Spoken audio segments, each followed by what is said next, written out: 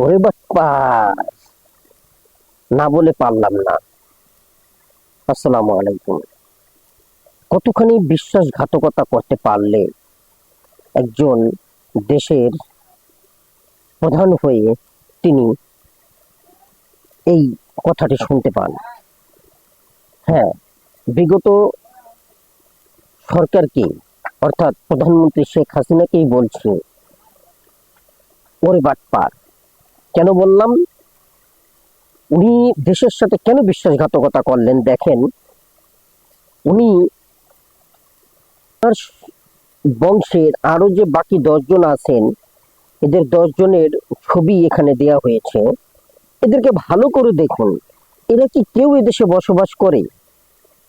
এরা শুধু জন্মই নিয়েছে এবং অনেকে আছে এরা জন্ম নেননি। তারপরও তিনি তাদেরকে এই দেশের নাগরিকত্ব দিয়ে তাদের নামে আইডি কার্ড পর্যন্ত করে রেখেছেন। ভাবা যায় কতখানি বিশ্বাসঘাতকতার কাজ তিনি করেছেন। একবার ভেবে দেখুন, টিউলিপ সিদ্দিক তিনি নিজে বলতেছেন তিনি এই দেশের নাগরিক নন।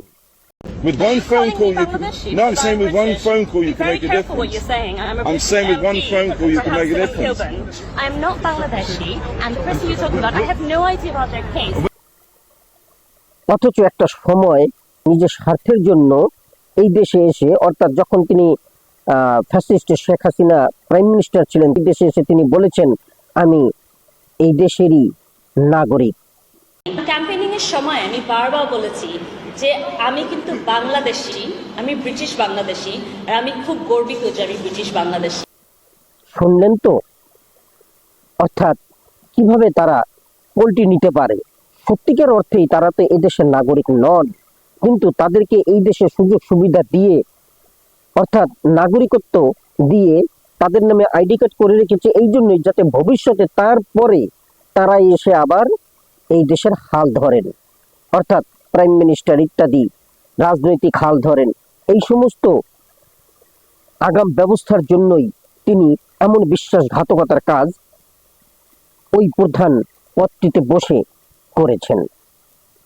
এজন্যই মুখ দিয়ে বলে উঠলাম, ওরে চিটার। ধন্যবাদ।